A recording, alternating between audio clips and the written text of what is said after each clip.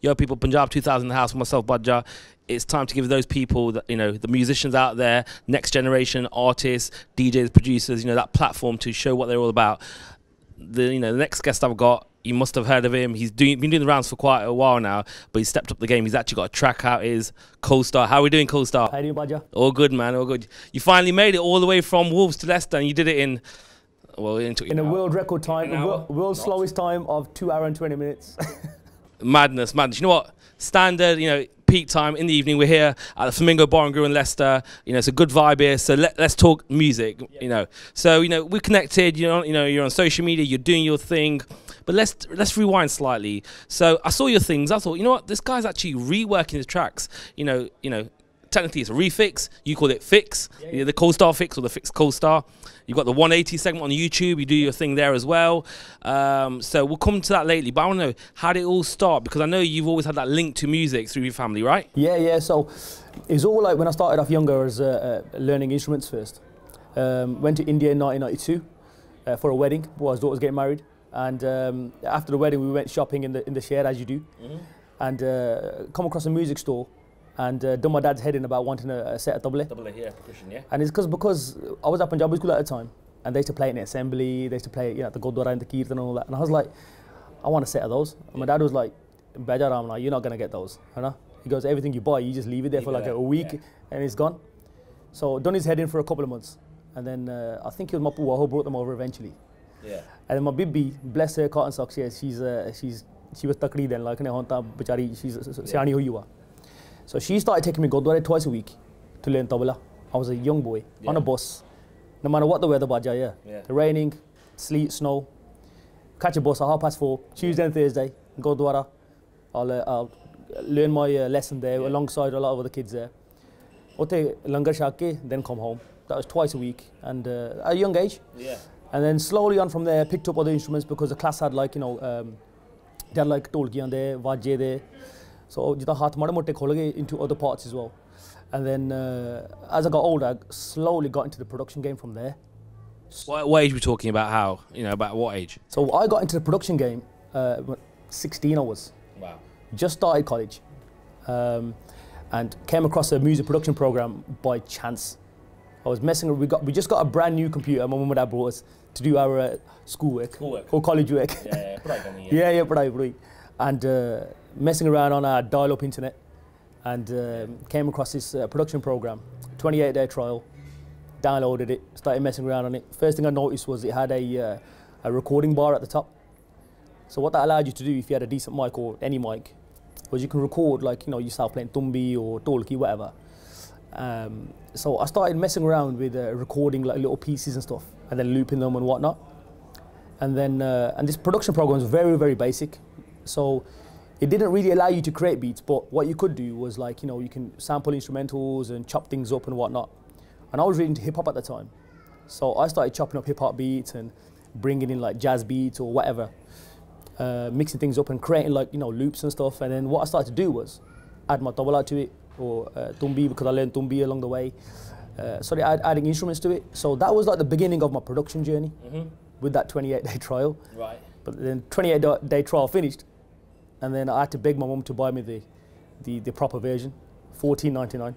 And of course, she happily did that for you, didn't she? Yeah, she did, man. She goes, you got to do a couple of chores first, so I had to do the cut the grass and all that thing, and then proper Asian parents, proper, man. So she bought me that. And then and that was it, man. Badja, it just started from there, man. Yeah.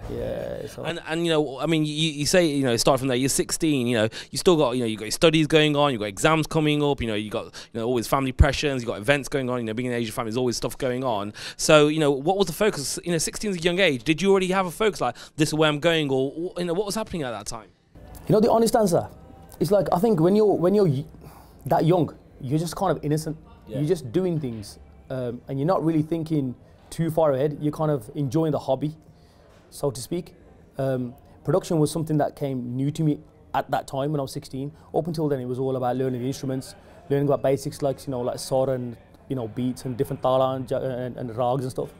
So this was something different for me, and the whole thing about learning something new, developing, it was what caught me. and it was excited me. So I used to stay up late at night when I should have been doing my college work, my A levels. I was making beats and remixing hip hop tracks and stuff like that. What kind of tracks were flying around at the time that were really influencing you there? You know, from a Desi perspective or an urban perspective, whatever was going on. What I was doing was I was actually chopping up hip hop beats, like old Dre beats or stuff like that, Nas beats and stuff. But I was remixing old folk Punjabi music. So I was remixing old Kuldeep Mark numbers, Muhammad Sadiq numbers, stuff like that.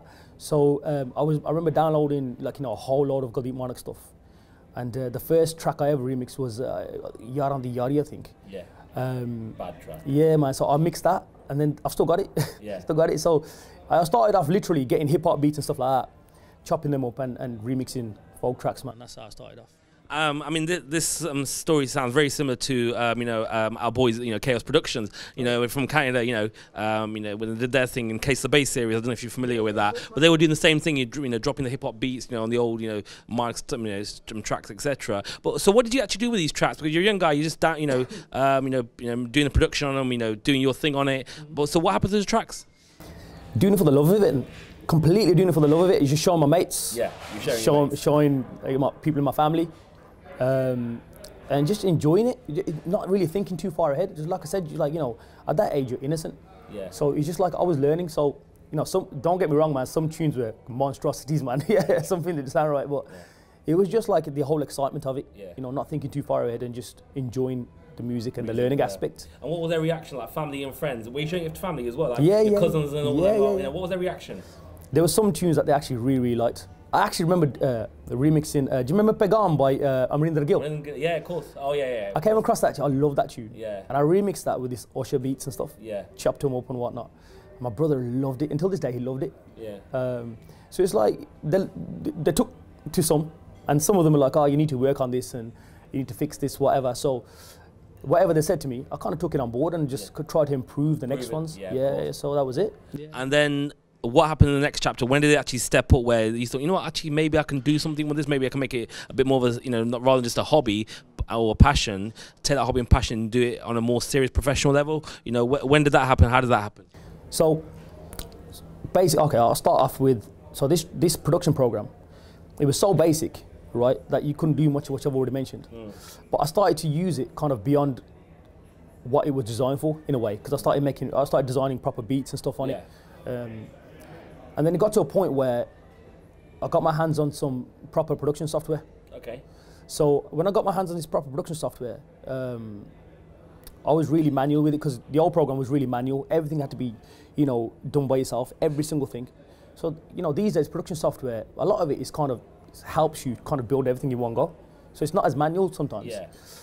But I was still kind of doing everything bit by bit on these new production programs, and because of that, I was focusing on a lot of the small sounds, etc., etc.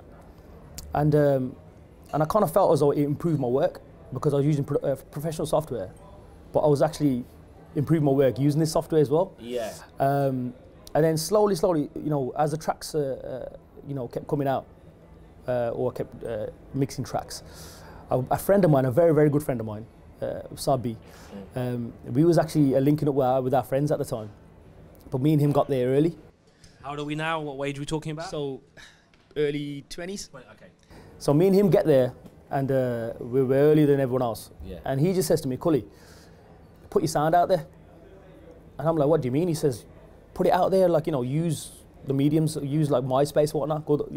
At that time it was MySpace now. So social media, or the platforms sharing, your production or music was just kind of starting up, wasn't it? Yeah, that's right. Yeah. So, and I was like, "Nah, I'm not feeling it, man. I enjoy just making it and blasting it in my car." He's like, "No, just put it out there, man. Just what you got to lose." And I was like, "Nah, I'm not feeling it. I just want to do it for the love of it." Yeah. When I went back home that night, I couldn't sleep. Yeah. Because I just thought, what was he saying? He planted a seed, really. Yeah. And it just grew. The seed just grew and grew, and I just thought, you know what? I've got to put my sound out there, man. Yeah. And then that's when I started thinking about it. It's funny, because if he didn't say anything that night and we didn't get there early, we probably wouldn't have had that conversation. Yeah. So, and that was it. So I just started thinking about it from then on out. So you've been on the social media front for a while, by the sounds of things. So you started using MySpace to take it, yeah? No, you didn't use it. No, so it's planted the seed. So surely, I'm just guessing because you said, the guy himself, Sabi said to you do it. I thought, well, what's you going to do it then? Because you're thinking about it. So what stopped you? That was the obvious thing to do. I knew I needed to learn, man. I needed to improve. I needed to, if I wanted to do something professionally, drop a track. I needed to improve, man. Yeah. I needed to understand how to sit in studios, how to compose a track, compose instruments, compose lyrics, sit with an artist and explain what I want them to do, things like that. And I've never done that up until then. Up until then, it was all bedroom mixes and making beats and whatnot. To go that little bit further, I needed to develop more. So what I did, I just sat back and I just actually worked on it all. Worked on how to, like I say, work with the artists and compose stuff and learn about rags and stuff and stuff like that. So I took a back seat, and then eventually, I did get to the point where, you know what, I've got to make some social media now to actually put my stuff out there. Yes. Which was only 2 years ago. Yeah. So just over 2 years ago. So I made a YouTube channel, made an Instagram, Facebook, and all that, and then I started putting my stuff out there just 2 years ago. And these are all the fixes that you did on existing tracks, or that Hostel and so forth, where you've put your click on it. Yeah. So, I mean, you mentioned, you were kind of, vibing with other artists. So just explain that a bit more, because as far as I was aware, you weren't actually working directly with the artists at that time. I thought you were just doing your fixes. So what I did first was, when I got my social media up and running, it's funny because me and my wife went to watch a Hindi film, "Ae Dil Hai Mushkil," right? And there's a track in there, there's a track in there called Channa Meria. Yeah. It really got me. And film went great, but the track was good. And then when I came back, then I immediately started working on a remix for this track. And up until now, I put no content up on my YouTube channel or my Facebook or anything. Okay. I've just created the accounts. So I finished the audio on it pretty quick. And then I said to my wife, Mrs. Kulstarr, I said, you know what? It's going to be difficult for me to get myself noticed if I just put an audio up, just on SoundCloud. I need to create some kind of visual. Yeah. I need to do something with this, just to kind of give it something. Yeah. So I made a poster. I learned how to use Photoshop. Yeah. Made a poster for it, and then I actually put together a video for it. My original idea was to dub the original Channa Meria video, which would be the obvious thing to do, but it never had a video, a full video. It's got like half a video. I think it's got like a minute and a half or something. So I put together a whole visual for it, putting bits and pieces in, taking various shots and stuff. And then that was my first thing I ever put up, and then I uploaded it, and it got a great feedback. Got some great feedback, better than I actually thought. And then from then on out, I said to my missus, I said, listen, every time I put a track out, if it's a Kulstarr fix, I'm gonna try and make a visual with it, and then learn about cinematography, learn about cameras, lenses, stuff like that. So I've literally just put myself in a bit of a learning school, and just like put myself learning cameras, learning about Photoshop, for example, and then just try and develop from there, man. Just not just the music, but actually focusing on creating a product as well. So I think you do it thinking, you know what, how do I do that? I don't know how to do it, but you know what, I'm going to jump in there. If I can't do it, I'm going to learn how to do it. Yeah. So you challenge yourself. So you know what you're doing, as in what action you're going to take, but not necessarily how you're going to do it until you actually get there and think, right, let's step up the game. Yeah. So coming back to, like, for example, the poster. Yeah. I had to literally teach myself how to use Photoshop. I'd never touched Photoshop before. So I had to teach myself to use Photoshop, make a poster. My first poster went great, I'll be honest. But I tried to improve from there. So I used it as a benchmark. So Channa Meria was a benchmark for me. So I can improve from then on out. So I learned that, and then slowly, after that, I bought my own camera and stuff. Learned about lenses and stuff like that. And then got my missus on board to help me out as well, because I need all the help I can get. I think we call her the boss. Yeah, she's the gaffer. The brains, man, the brains. Off record, she's Mr. Kulstarr. On record, she's Mr. Kulstarr, the boss.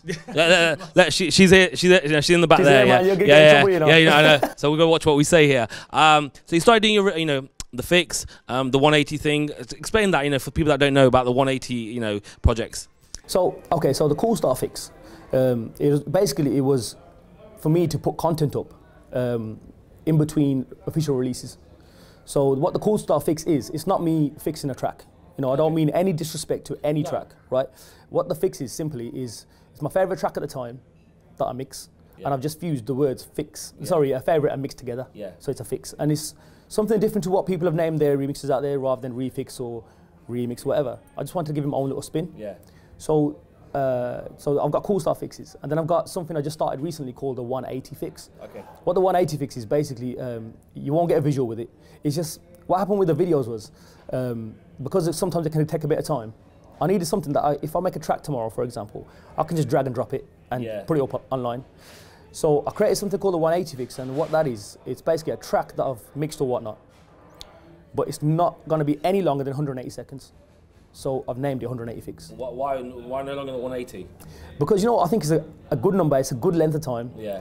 It's just the right, I think it's a sweet spot whereby if you like the track, you'll press replay. Yeah. Wherever, I think if it's like 5 minutes long, you'll be like, oh, next track, or you might even skip forward. Yeah. So I think it's a bit of a sweet spot where it's just that right amount of time where you could probably press replay. So landed on 180. So I mean, social media has really enhanced your career today, hasn't it? It's been the backbone of putting your stuff out there. Yeah, 110%. Without social media, it'd be I won't be here. I won't be talking to you right now. Yeah. Put it that way. Yeah. So I mean, like I say, look, I'm working hard as I can, but social media is so important.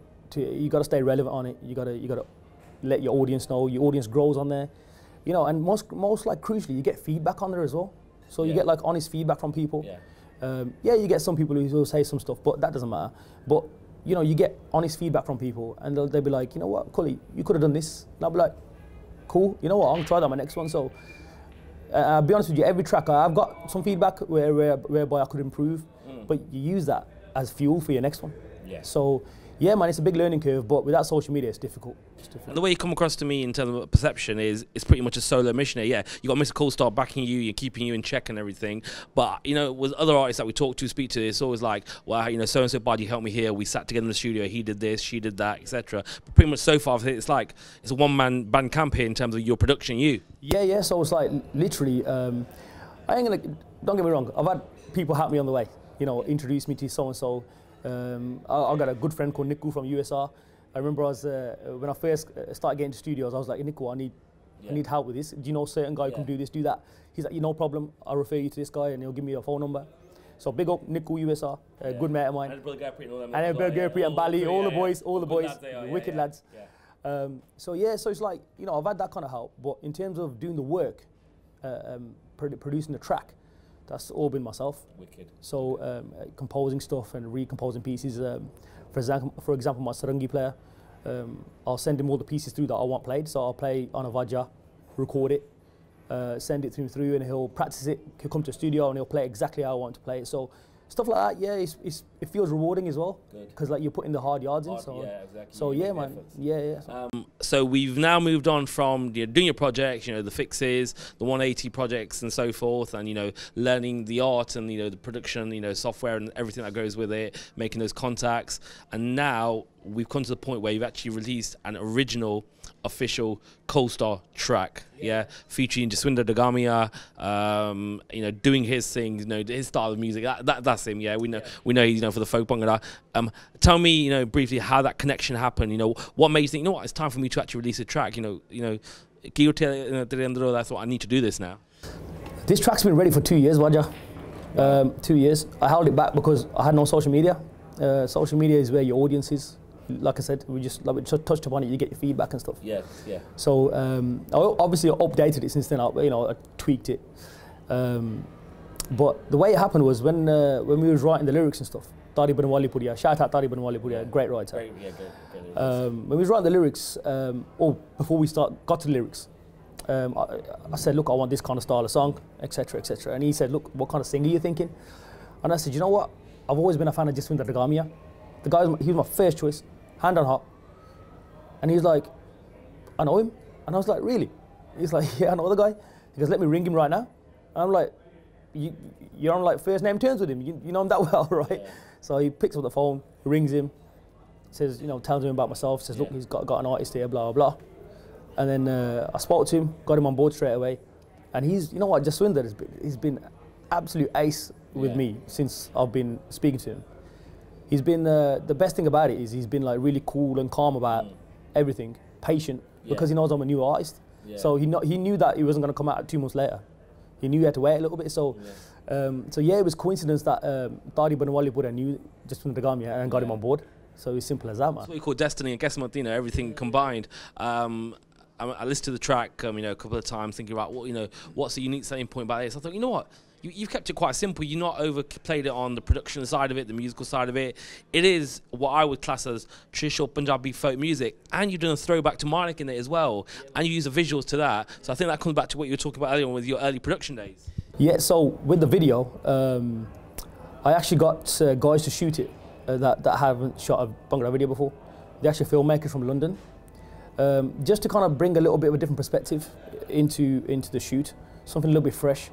And when it came to the visuals within the video, like you see like graffiti backgrounds, and you'll see the Manik backgrounds and stuff. I actually put them together myself.